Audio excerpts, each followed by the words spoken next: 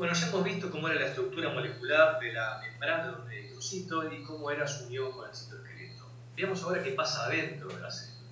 Adentro de la célula dijimos que no había núcleo, que no había organoides y que estaba repleta de una proteína denominada hemoglobina que tiene como función el transporte de gases, en el caso del oxígeno desde el aparato respiratorio hacia los tejidos, y en el caso del dióxido de carbono desde los tejidos como material de desecho hacia el aparato respiratorio donde es expulsado.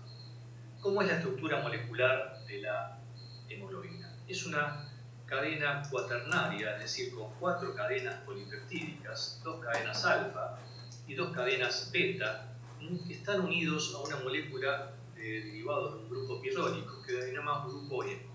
Ese grupo hemo está unido a una molécula de hierro. Ese es el lugar, el sitio donde está el grupo hemo unido al hierro, donde se une y tiene gran afinidad por los gases. En especial tiene gran afinidad por el oxígeno, ya que se une al grupo hemo y es transportado, como dijimos, desde el aparato respiratorio hacia los tejidos. Tiene un poco de menos afinidad por el dióxido de carbono, porque vamos a ver después, el dióxido de carbono, si bien es unido, va unido también al grupo hemo, va muchas veces disuelto en el plasma. Pero no quiero dejar pasar la oportunidad para decirles que esta molécula de hemoglobina tiene muchísima más afinidad por otro gas, que es el monóxido de carbono. El monóxido de carbono, que puede estar en el ambiente producto de la mala combustión de calefones o de braseros, es un gas tóxico que produce intoxicaciones fatales tanto en animales como en personas, y justamente por eso, porque la afinidad de este gas con el grupo hemo de la hemoglobina es mucho mayor que la afinidad que tiene con el dióxido de carbono y con el oxígeno. Por lo tanto, el animal de esa forma se puede asfixiar. Veamos entonces cómo es el metabolismo de la hemoglobina. La hemoglobina dijimos que era una proteína que estaba acumulada al interior de los eritrocitos y que estas eran células que tenían una vida media de aproximadamente 120 días. Pero también vimos que había parásitos que podían destruir rápidamente eritrocitos o enfermedades autoinmunes que generan anticuerpos contra las células sanguíneas y que producen anemias severas. Todo esto produce un aumento importante de la hemoglobina circulante que tiene que ser reciclada. ¿Cómo es este reciclaje de hemoglobina?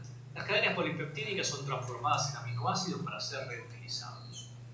Las moléculas de hierro son almacenadas y son utilizadas para la síntesis de nueva hemoglobina. El problema es el grupo hemo, que es un grupo tóxico derivado de anillos pirrónicos. ¿Alguien sabe en qué se transforma en los grupos hemo?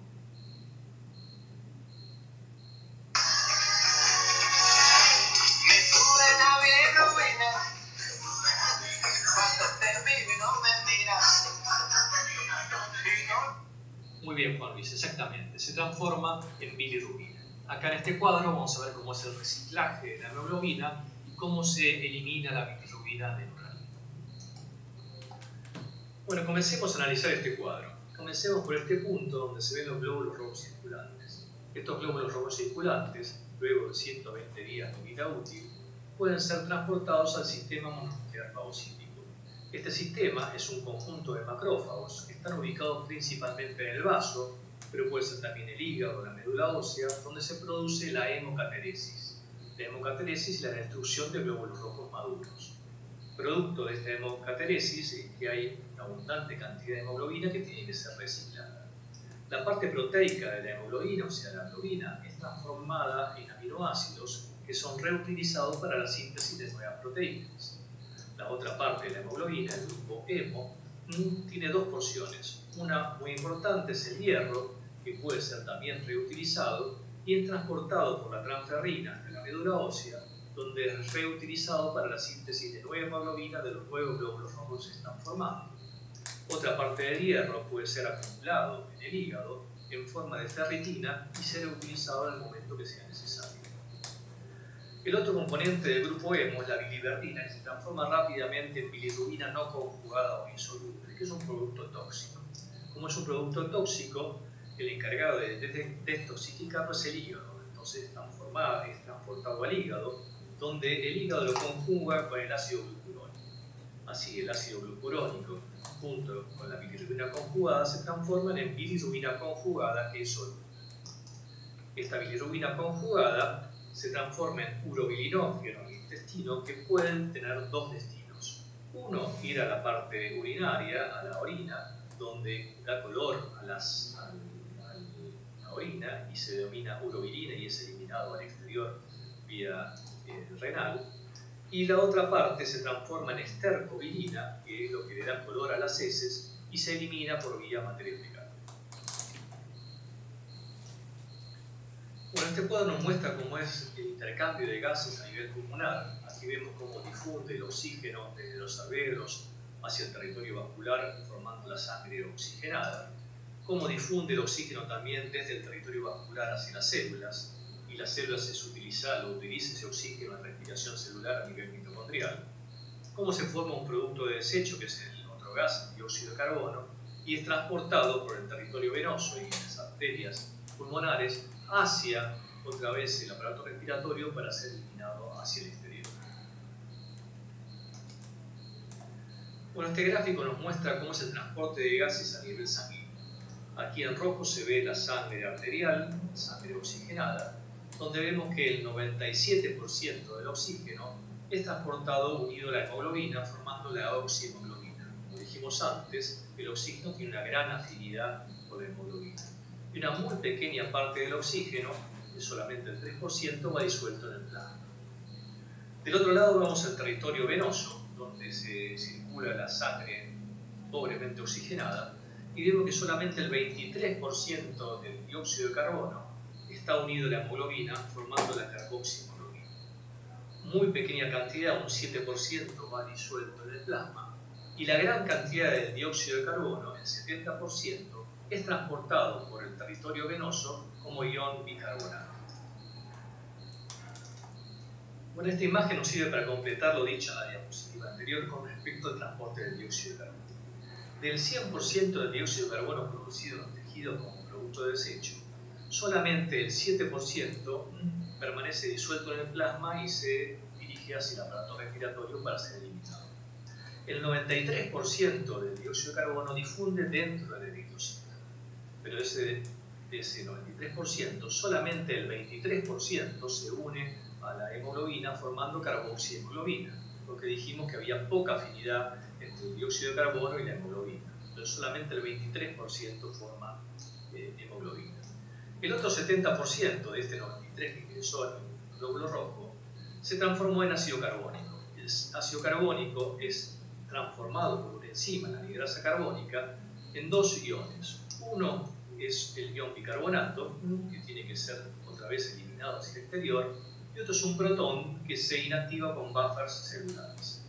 Este bicarbonato es intercambiado hacia el exterior del eritrocito por una proteína de la membrana del glóbulo rojo, la proteína banda 3, que dijimos que era un intercambiador aniónico.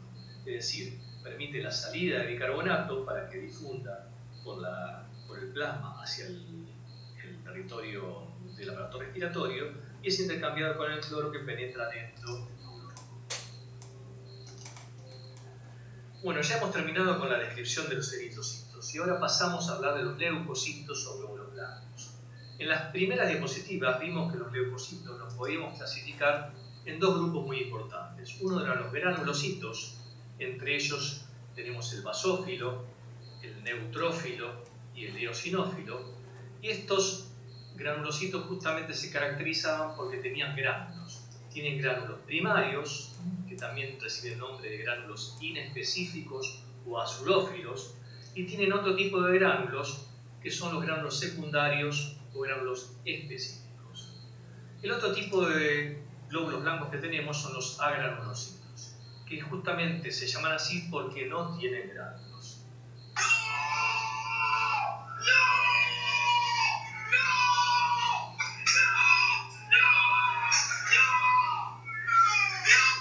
Bueno, tranquilo, está bien, tenés razón.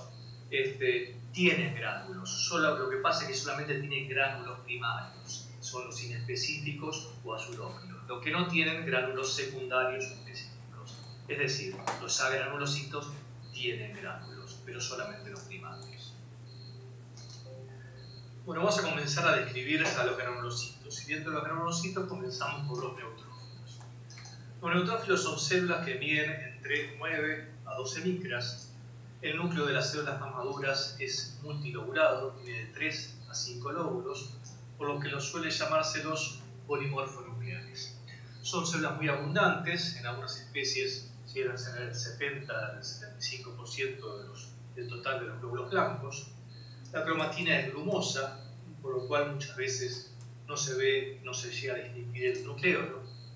El citoplasma está muy débilmente teñido, porque los gránulos que tiene son gránulos neutros, es decir, no se colorean ni con colorantes aniónicos ni con colorantes catiónicos.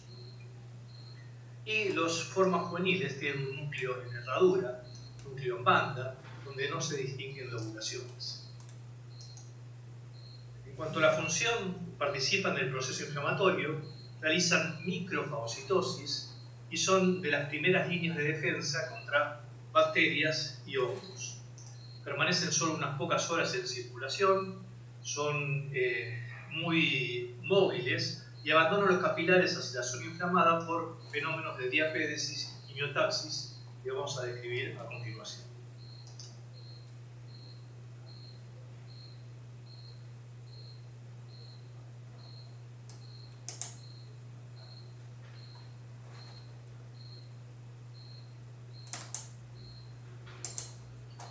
Vamos a hablar ahora de diapédesis. Diapédesis es un mecanismo por el cual los glóbulos blancos que están circulando pueden atravesar las paredes de los vasos sanguíneos para dirigirse a su campo de batalla, donde realizan la defensa del organismo contra agentes extraños. Ese campo de batalla es el tejido conectivo que está por debajo de los epitelios.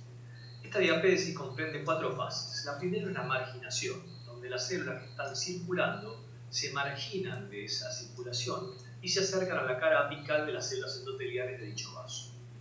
La segunda fase es la rotación, donde comienzan a rotar sobre esas mismas caras de las células endoteliales hasta que finalmente se adhieren en el lugar cercano al sitio donde se produjo la inflamación. La última fase es la migración, donde las células emiten pseudópodos, se meten entre células endoteliales vecinas y pueden en su citoplasma y su núcleo atravesar toda esa membrana endotelial para ubicarse dentro del tejido conectivo donde va a cumplir su función. Bueno, aquí abajo vamos a ver receptores que están expresados en las células endoteliales. Esto es importante recalcar que las células endoteliales no son simplemente células que tapizan los vasos sanguíneos, sino que tienen una importancia fundamental en todos estos mecanismos de diapédesis que llevan a la protección del organismo. Entonces, aquí encontramos, por ejemplo, receptores para la selectina. Cercanos al sitio donde se produjo la inflamación, donde hay un germen que puede haber generado alguna respuesta inflamatoria, hay otros receptores expresados en esas células endoteliales que son receptores para las moléculas de integrina. Entonces, recuerden, estas células que se habían marginado al principio tienen en su membrana plasmática proteínas denominadas selectinas. Empiezan a rodar el mecanismo de rotación y esas selectinas se unen a los receptores antiselectina que se encuentran en las células endoteliales, lo que permite justamente que sigan rodando, sigan rodando. Cuando llegan al sitio de la inflamación, encuentran receptores para integrinas y otras proteínas de la membrana plasmática, los leucocitos, las integrinas, se unen a esos receptores y producen que estas células se detengan justamente en ese lugar cercano a la inflamación. Una vez que están detenidas, comienzan los fenómenos de emisión de pseudópodos y comienza la diapédesis, la migración hacia el territorio del tejido conectivo. Aquí está pasando parte del citoplasma a través de 2 células endoteliales.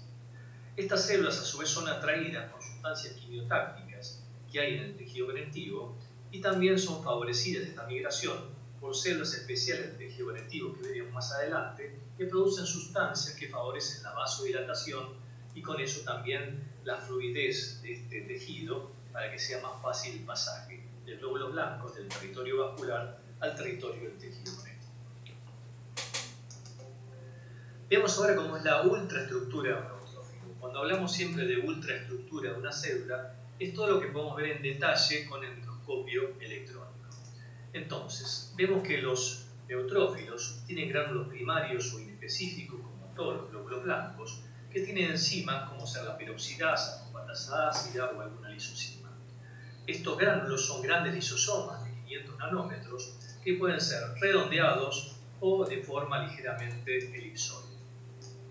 Finalmente también tiene gránulos específicos o secundarios que son propios de los granulocitos que tienen lactoferrina. Estos gránulos secundarios son más pequeños, menos electrodensos, o sea, se ven más claritos con el microscopio electrónico, redondeados, forma de bacilos o con forma de reloj de arena. Acá vemos uno con forma de reloj de arena, otro bastante redondeado y otro con forma de bacilo.